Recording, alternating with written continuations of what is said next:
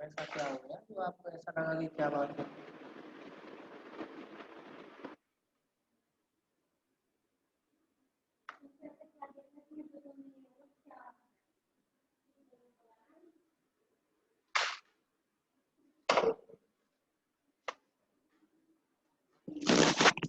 अब देखिए ये आपकी सेकंड यूनिट तो कंप्लीट हो जाती है।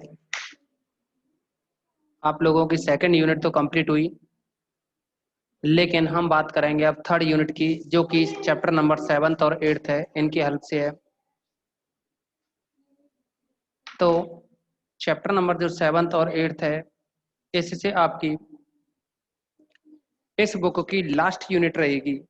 अब इसके बाद में अगर आप करना चाहें तो इस बुक से 2 और कर सकते हो यूनिट, एक और यूनिट कर सकते हैं।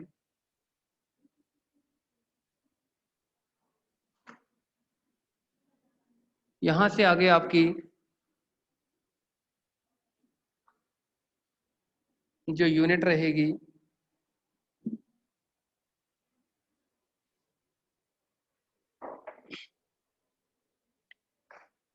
वो है थर्ड यूनिट।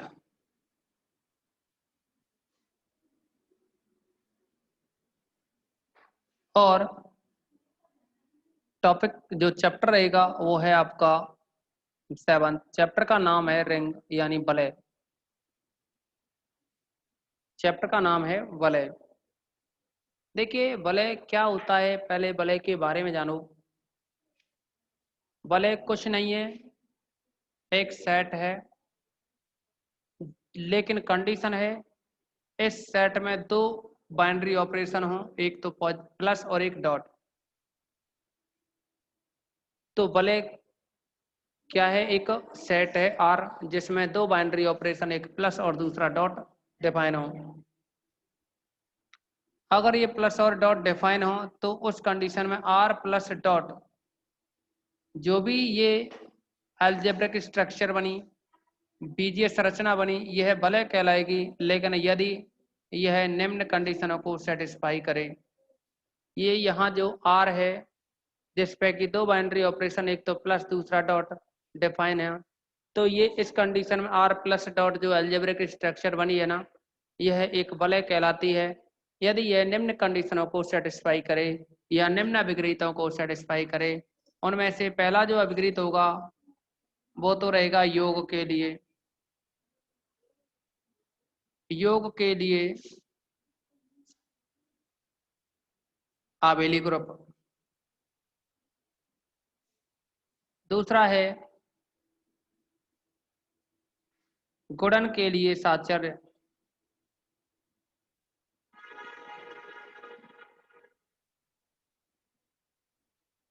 तीसरा है बंटनता।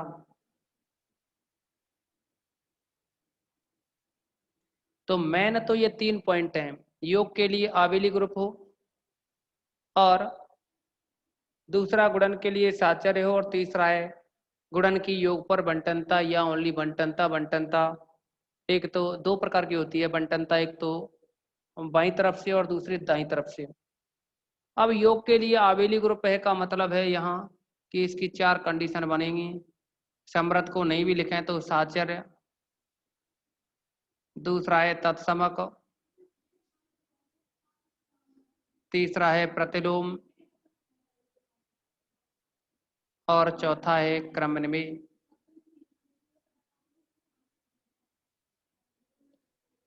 तो यानी अगर हम ये कह दें कि योग के लिए आबेली ग्रुप हो, इसका मतलब वो 4 कंडीशन सेटिस्फाई हो। दूसरा गुणन के लिए साचर्य और तीसरा बंटन नियम का पालन होता हो। तो अगर कोई भी बीजीय संरचना आर प्लस डॉट इन 3 कंडीशनों को सेटिस्फाई करे, तो उस कंडीशन में हम आर प्लस डॉट को कहते हैं कि ये एक वलय होगी। अब आगे चल करके इसमें वलय की कई प्रकार होते हैं। एक तत्सम की वलय होती है, इसके बाद में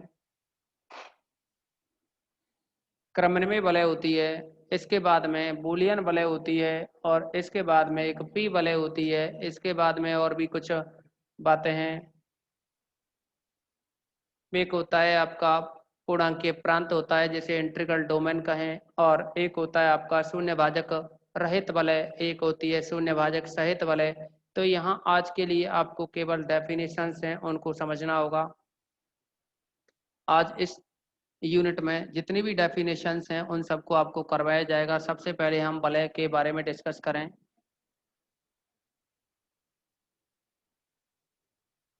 एक अरिक्त समुच्चय आर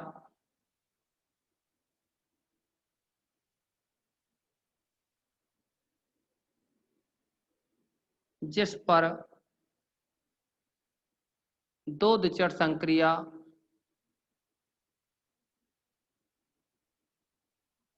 एक तो है योग, दूसरी है गुणन,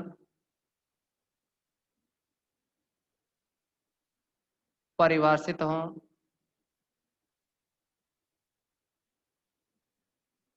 वलय कहलाती है यदि यह निम्न विपरीतों का पालन करे।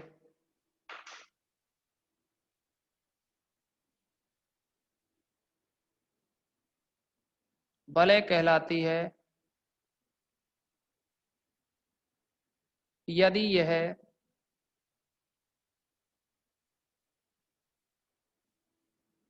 निम्न अभिग्रहीतों का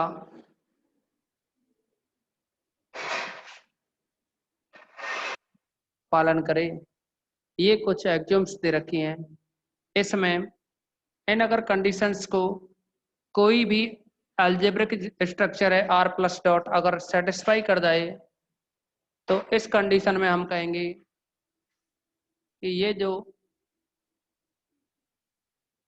आर प्लस डॉट है वो एक वलय होगी, रिंग होगी। तो इसके लिए समझेंगे आप कि जो इसकी एक्सियोम्स हैं उनमें सबसे पहले योग के लिए, तो एडिशन के लिए क्या है, पहला जिसको आप R1 कहो, R1 में साहचर्य, ये जो एसोसिएटिव प्रॉपर्टी है इसकी बात करें, इसमें रहेगा for all A B C belongs to capital R such that a plus b plus C is equal to a plus b plus c. दूसरी है R2 प्रॉपर्टी, तत्समक का अस्तित्व, यानी एग्जिस्टेंस ऑफ आइडेंटिटी एलिमेंट।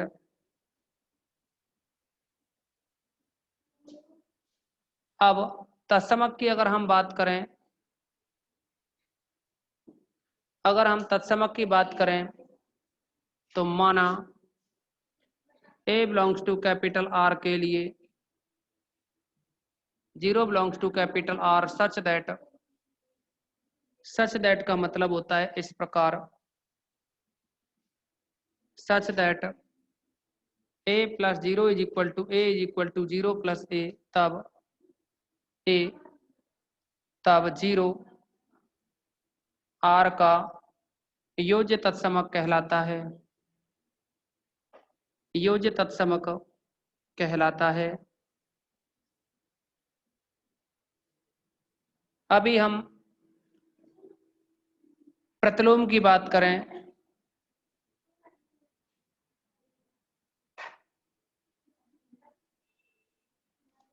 प्रतिलोम का जो अस्तित्व होगा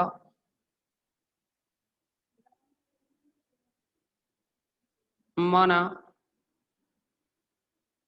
ए बिलोंग्स टू कैपिटल आर के लिए B belongs to capital R इस प्रकार है कि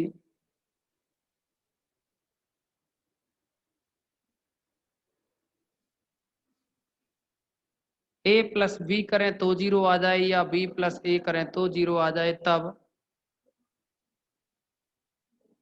ए व बी एक दूसरे के प्रतिलोम कहलाते हैं। ए व बी एक दूसरे के योज्य प्रतिलोम कहलाते हैं।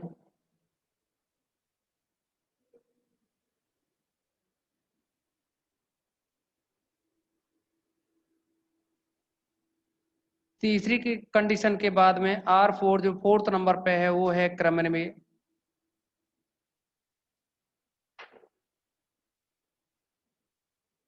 इस कम्यूटेटिव की बात करें तो इसमें for all A B belongs to capital R implies A plus B है वो बी प्लस ए के इक्वल होना चाहिए। तो ये चार कंडीशन तो ये हो जाती हैं। इन्हीं के साथ में अगली है R5 और वो है गुणन के लिए साहचर्य।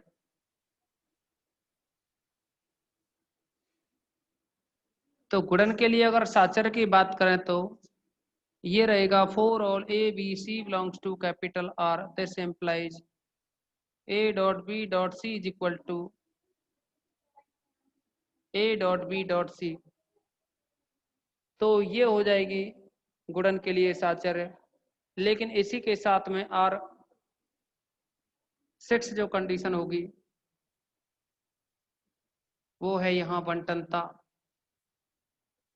तो इस बंटनता में क्या है, दो तरह की बंटनता होती है यहाँ for all A B C belongs to capital R. बंटनता दो तरह से होगी, एक तो लेफ्ट साइड से, दूसरी राइट साइड से। यानी A dot B plus C is equal to A dot B plus A dot C. दूसरा है इसी में B plus C dot A हो तो इसको B dot A plus C dot A. तो देखिए आपके सामने जो R1 R2 R3 R4 R5 R6 ये 6 कंडीशन लिखी हुई हैं। अगर ये छह कंडीशन है वो अगर सेटिस्फाई हो जाती हैं तो उस स्थिति में हम कहेंगे कि जो एल्जेब्रिक स्ट्रक्चर है R प्लस डॉट वह एक रिंग होगी। अभी इसी के साथ साथ इसको हम R1 से लेकर के R6 की कंडीशन ना कहें तो हम R1 R2 R3 तीन ही कंडीशन में इसको डिफाइन करें। तो पहले आप लोग इसका स्क्रीनशॉट लेंगे और कोई भी डाउट्स हो तो कमेंट्स कर दें।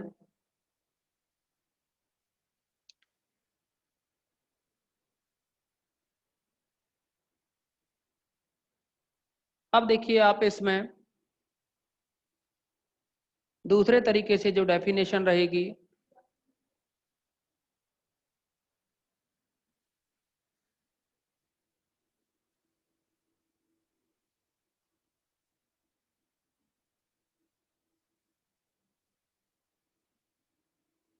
तो उसमें क्या है, बस अभिग्रहित चेंज करने हैं। एक अरिक्त समुच्चय कैपिटल आर जिस पर दो द्विचर संक्रिया एक तो योग दूसरी गुणन परिभाषित हो वलय कहलाती है यदि यह निम्न अभिग्रहितों का पालन करे। पहली कंडीशन योग के लिए, या ये कहें पहली कंडीशन में कहें कि ये जो एल्जेब्रिक स्ट्रक्चर है R प्लस आबेली ग्रुप है। दूसरा पॉइंट है R में से अगर जीरो को हटा दें या अभी तो इसको यूं ही रहने दो, R डॉट है वह साहचर्य हो।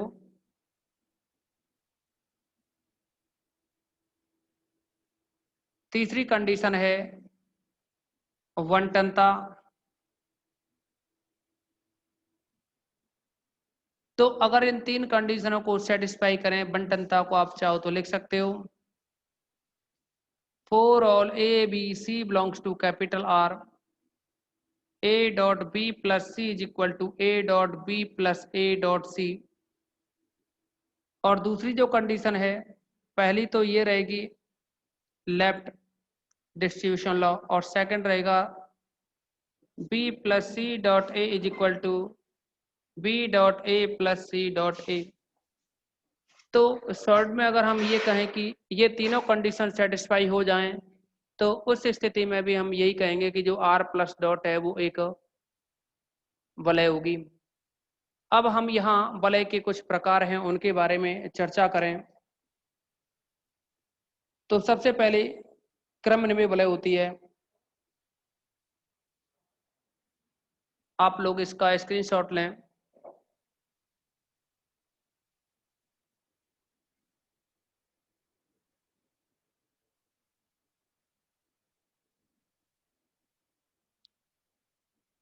तो क्रमनिमेय वलय के बारे में अगर हम बात करें तो एक वलय R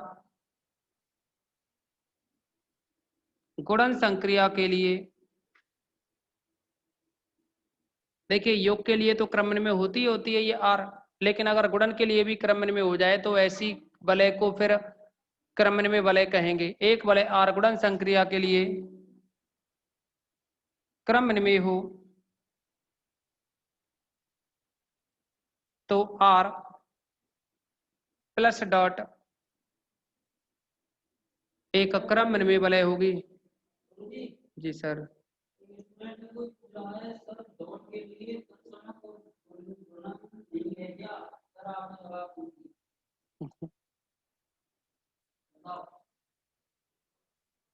रेडमी सर डॉट के लिए तत्समक और इनवर्स की बात कर रहे हो ना, क्यों भाई? यानी एक तो आइडेंटिटी और एक इनवर्स, इन दोनों की बात कर रहे हो ना? हाँ ना में जवाब दो जल्दी से। देखिए आगे चल करके फील्ड आएगा। अभी सुने आप, आगे चल करके फील्ड आएगा। अभी ये केवल रिंग की डेफिनेशन है। रिंग में क्या होता है कि गुणन के लिए तो केवल और केवल साचर्य होना चाहिए, तत्समक और प्रतिलोम इनका कोई मतलब नहीं है यहाँ। केवल और केवल गुणन के लिए तो साचर्य हो। अगर मान लीजिए कि योग के लिए यानी जो प्लस ऑपरेशन है इसके लिए साचर्य तत्समक प्रतिलोम और क्रम में हो जाए, अर्थात आर प्लस आबेली हो जाए। और ऐसे ही अगर इसमें हो गया, ये 5 कंडीशन यहाँ बन जाए, 5 यहाँ, दोबारा से सुन लो, 5 कंडीशन यहाँ आ जाए, समृत साचर्य तत्समक प्रतिलोम और क्रम में 5 इसमें हो जाए और 5 ही इसमें हो जाए गुणन के लिए, समृत साचर तत्समक प्रतिलोम और क्रम में 10 हो गई और एक 11 ये बंटनता। अगर ये 11 कंडीशन सेटिस्फाई हो जाती हैं तो फिर ये फील्ड कहलाएगा, जो कि आप रियल एनालिसिस में पढ़ चुके थे। आपने रियल एनालिसिस का स्टार्टिंग का चैप्टर पढ़ा होगा, वहां आपने फील्ड के बारे में पढ़ा था और फील्ड के लिए 11 प्रॉपर्टी थी, लेकिन यहाँ तो इतनी ही रहेंगी। ठीक है ना? तो यहां से आगे हम अगली मीटिंग में चर्चा करेंगे।